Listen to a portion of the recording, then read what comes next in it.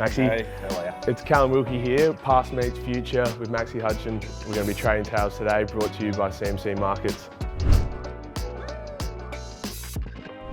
Max, it's great to have you at RCA Park. Thanks for coming down. I'm sure this place has changed a lot since you first walked through the doors. Certainly has, mate. I come down here and there was a different scenery, that's for sure. We had no facilities really. Gym rooms were little mezzanine floors.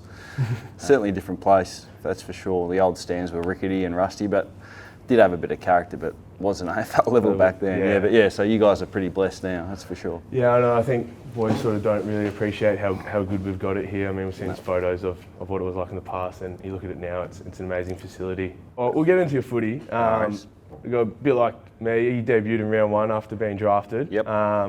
Hard to crack into the team. What did you have to do over that pre-season to get into that round one team? Yeah, well, I guess it was hard in some regard, but they were pretty desperate for a player just like the role you and I are playing, so sort of could play key tall and play on the small. So I guess it was like anything. You came in and you earned your dues. It was the old saying back then was be seen and not heard. So you weren't allowed to talk. It was the old days, and we had Stan, who was a great coach, but he was pretty hardcore with training and stuff, and you certainly had to earn your spot, not like just like you would have to do these days. But yeah, it was. I guess it was a bit of luck, and then just sort of went on from there. Yeah, it's a bit different now these days with the young kids coming in thinking they run the joint. Like you said, you played on a lot of different smalls and talls. Toughest opponent? I get asked that a lot actually. Yeah. I look back at the era that I played in, and if I think about the players that played, and it still staggers me the quality that was playing out there. I mean, back then when I first started, it was traditional footy. It was one-on-one, win your contests, beat your man, etc., run off, get the ball. So, we had Lockett's playing, Dunstall's, Wayne Carey, Richardson, Alistair Lynch. I mean, Lloyd. Every team had a superstar key forward, I always remember I played on Fraser Garrick before he came to St Kilda at West Coast at the Wacker, and if you could see a bloke run like the wind, and he was unbelievable, and I just was dead all day long. But I mean, I certainly got a good old flogging from Lloydie a couple of times, and it's really hard to put your finger on one player that was really difficult. I remember Darren Jarman was always really hard to play on. He was one of those players, he was obviously a small, and but he was just a freak. I played on him one time at Football Park, 50,000 screaming crazy fans there, and he had 3 kicks and kicked 3 goals. So it was that type of player that, you just never know. You think you had him done all day long, and he'd just pop up and just destroy you. So yeah, I was a big Crow supporter back in the day, so I've definitely watched a lot of his highlights. Yeah, he's a gun. Yeah, in saying that, you must have prepared pretty heavily going into games when you were matched up against these amazing forwards. Take us through your preparation going into them.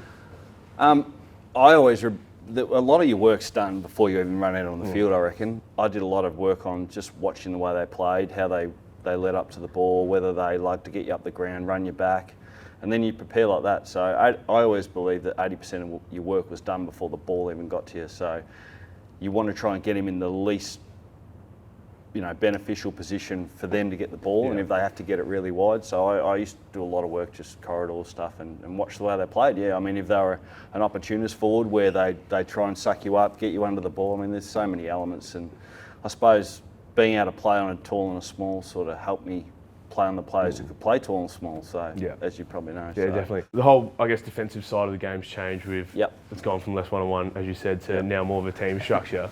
I guess from the beginning of your career to the end, it probably changed a fair bit.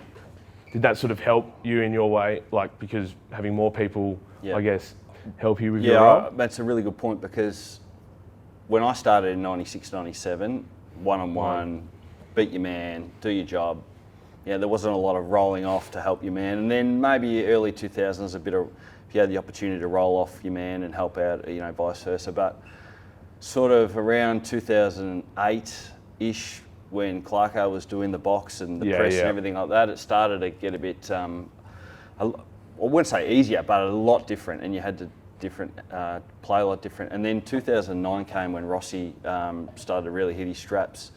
He implemented the game plan, was a full ground press, and it was a rolling zone, and to defend, to be honest, that year, I think we, other than obviously losing the grand final, I think we only lost 1 or 2 games, and to play as a defender was unbelievably easy.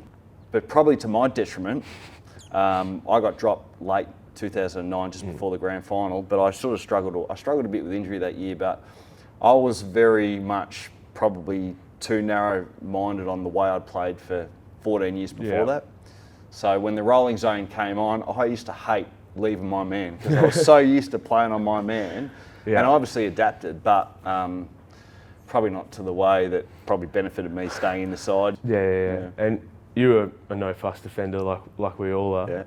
Probably didn't get a lot of fanfare from the media and the fans, but internally within the four walls, must have been really appreciated what you did over a long career.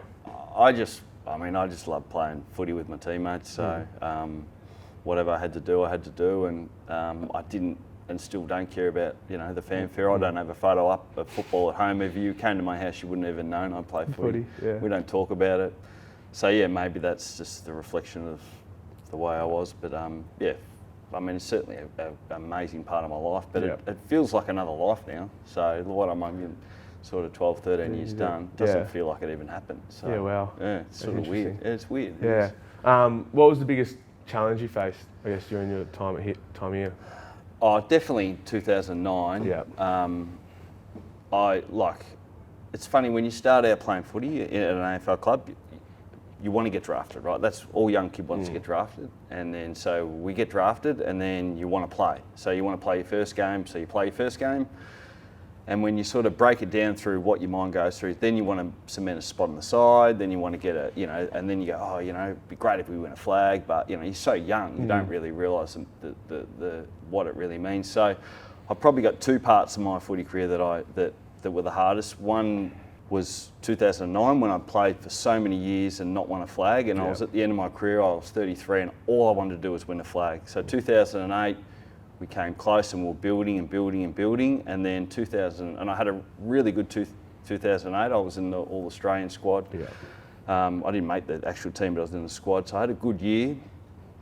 2009, I did my calf just before pre-season, then I did my hammy, so I had a really bad breakup, and then run in, and then I just never got on my feet, and then the side was going so well, and there was players that were in the side that I just couldn't get them out, you know what I mean? So I played a fair bit of footy that year, but I was always chasing my tail. And then you get to the ground, I think 2-3 weeks before the finals, I got dropped. And look, coaches are there to make decisions and everything. So I was never been bitter about being dropped or anything like that. But it was certainly really challenging. If you ask me what was challenging, that was challenging. Yeah, I can imagine. And to see the boys and Lenny, Rui, all of us, we did the hard yards. Like we were getting our butts kicked every week in the early 2000s, getting smashed, and we were the laughing stock. So to get to the end and not be there with the boys it was really challenging. For sure. Especially because I knew it was pretty much the end of the line. I knew this was my last chance to sort of win one. And now when I reflect back, a lot of it's luck. Exactly. Right place, right time, great players, great coaching staff, whatever. I mean, it's not your fault, but it's just be good to win one. So you can see the fire in Gears' belly coming towards the end of his career. 100%, mate. Hard he's trying to get out into the field and help us week in, week out. Yeah, it does, believe it or not, I reckon it really defines you as your legacy that you leave. Not that we all want to have an egotistic legacy, but it's bloody important. You know what I mean? We get our first game, we play 100 games, we get our contract. Well, what else? We got to win a flag, guys. You know definitely. What I mean? And that's what we all won. We all do, but you don't realise it until you finish. How much it's just damn it. You know. People think it's going to last forever. Yeah, and then you see blokes play one game and win a flag in their first game. You go, Robert Harvey, 400 games, never won a flag. You know, Nathan Buckley. It's crazy the players that didn't win them. Speaking of legacies, we love to kick goals, us defenders. I was lucky to kick my first goal this year and probably carried on a fair bit for the next couple of weeks within the change rooms, and the boys got a bit sick of me talking about it. But that's good, mate. You got to celebrate. Mate, we're not allowed down that end. I don't think I'll kick another one for a long time. Do you get told off for going? Yeah, I'm not allowed to go past halfway. Man. So, but you kicked 14 and 230 odd career game. Got a favourite? I don't really remember many of them, but there's one that played a lot. I played on Fraser Garrick wins at West Coast, and Fraser's a good mate of mine now, and he might have kicked 2 or 3. I mean, I kicked one on him, and I carried on like a donkey in front of him. So but no, it's nice to kick a goal, mate. But we're not allowed down. Someone's got to defend. I know, mate. I know. Definitely. And what are you up to these days now that footy's finished? You've been out of the game for 13 years, so family, career. I'm married, obviously, not obviously, but I'm married. I've got 3 kids. Yeah. I've got an 18-year-old who's about to turn 19. I've got a 16-year-old and a 14-year-old, so 2 boys and a girl. Yeah. I run a construction company, so I've been doing that and enjoying my job, which Keep is you really busy. important. It's good. I found something I love and don't want to be stuck in a job I hate. So I'm lucky in that sense. No. So. And you spoke before that you don't really, you don't have a picture of your footy career. You probably, stick clear of, footy a little bit. Do you still keep an eye on the Saints a little bit? Oh, 100%. Yeah. No, I watch you, don't worry, even though I only met you today. No, I love the Saints. Yeah. We go to a lot of, I won't say a lot of games, but we probably go to 4 games a year, so 4 or 5 games a year. So no, we love the Saints. I tip them every week, so it's been all right this year, so it's good. So I'm in a footy, but no, 100%. I do love my footy, but I just, just because I don't have anything on the wall at home, mate. That's fair. I don't like anything. Humble person. Yeah, I don't know about that, but try to stay humble. Yeah, you obviously played for a long period of time, and the footy changed a whole lot. What was the connection like between the group when you first started to, the end of your career? It's obviously changed a lot with what AFL players can do now compared to back in the day. So it's funny because almost the social side reflects the way footy changed. So 96, 97 when I came to the club, there was obviously no social media. Internet was hardly even out there. Cameras weren't on phones. And the culture of just general living was, different. And when I first got to the club, Stewie Lowe had a bar called Flaming Moe's just in Bentley. So the culture back then was, obviously train hard, work hard, etc. But it wasn't as disciplined. And it was very social and very family orientated. All the girls, all the girlfriends and wives, we had a lot of functions on and stuff. And we had a hell of a lot of fun. Sort of moved into the early 2000s, sort of really became professional, contracts went up, but the culture was still very similar. Yeah. We all enjoyed it. It's like in any footy club, you're all great mates and you're all thrust together from different cultures and different areas, and everyone, gets along and has a great time. But, it did sort of start to shift 2005, 6, 7 when I was there, when it was, it was a lot more professional. There was a lot more money in the game. The demands were a lot higher on the players from media, from everything like that. And then obviously the demands from professionalism slowly increased. So there was the time to sort of spend as much socially together probably diminished. Yeah. But, I think that's just the way it all evolved with, the world just changing with social media and all that sort of stuff. I certainly feel blessed that I played in that time, that's for sure. But, it's like any footy club.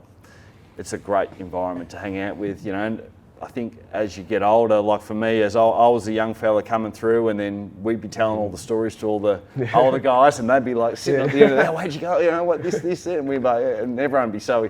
And then I saw myself, it was a big pendulum swing. You'd hear all the stories from all the boys, from the younger guys. So I think it keeps you. You go through young, you have, and then you have a family, and then everyone just keeps you young. So no, definitely. The thing you miss the most when you leave is 100% the banter. Yeah. Having a thick skin, because you've got to have a thick skin in a footy club. It's just a lot of fun. It's so much fun. So, but every footy club's the same, whether you're playing for Nano Goon seconds, it's all the same. Footy clubs are just great places to be. And AFL clubs are amazing places to be as well, for sure. Definitely. That's probably what we're trying to get here, a bit more of a family. Yeah. Sometimes you can get, stuck up in the professionalism side, which is very important, but that connection, outside of footy makes inside the 4 walls and a footy play better, knowing you have that connection with the bloke beside you, not just because you play footy with them. So, well, you're obviously someone, I look up to, being a long servant of this footy club for a long time. Any advice you could give to a little small defender like me? Look, mate, they're all going to come for you. They all hang it on you because you're not that big. But no, look, you're doing great. I really like watching you play. You certainly get a lot more of the footy than me, mate. So well done. I start chasing kicks. Well, we want to touch the footy. Yeah. What it's all about, mate. All the boys used to always hang it on me. They go like that and they'd go like that. So that's the only claps you get, mate, when you punch the ball. So well, that was Rui. We do that to Dougal a bit more. He's just like that all the time. Yeah. Well, these guys up the other end, mate, we do all the hard yards and they take all the glory. They get the cash and they get the glory. That's it. That's what I keep saying. Nah, but you just keep doing well, mate. You're really good to watch, and I mean, it's like anything. You just got to keep slugging it out down there. Definitely. You're doing good. So hopefully the Saints keep going well. That's the main thing. Nice. Yeah. Thanks, Maxie. No worries. Pleasure, mate. Thanks for having me. No worries.